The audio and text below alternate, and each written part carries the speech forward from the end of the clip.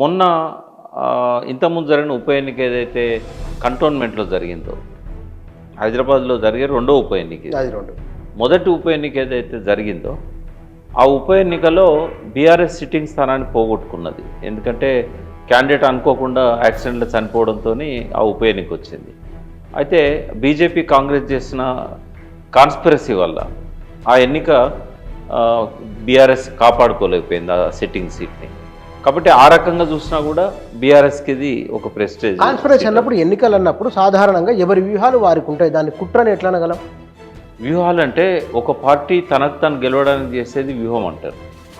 రెండు పార్టీలు కలిసి ఒకే అభ్యర్థిని గెలిపించడానికి చేసేది కుట్ర అంటారు. ఈ రెండింటి మధ్య చాలా వ్యత్యాసం ఉన్నది. ఒక పార్టీ అభ్యర్థిని గెలిపించడానికి ఇంకొక పార్టీ కలిసి రావడము కాన్స్పిరసీ. అక్కడ జరిగింది ఏంటంటే, ఇంకో 4 రోజులకు నామినేషన్ లాస్ట్ అనగా ఏకంగా సీనియర్ బీజేపీ లీడర్ని తీసుకొచ్చి కాంగ్రెస్ కండగొప్పారు.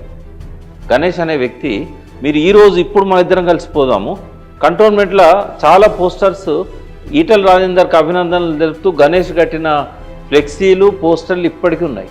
ఇంత వర్షాలకు కూడా గోడ మీద కనబడతాయి మనకు. అంటే ఏకంగా ఎలక్షన్ ముందే క్యాండిడేట్ని తీసుకొచ్చి ఇలా పెట్టి ఓ డమ్మీ క్యాండిడేట్కు బీజేపీ టికెట్ ఇచ్చి ప్రచారం చేయలేదు.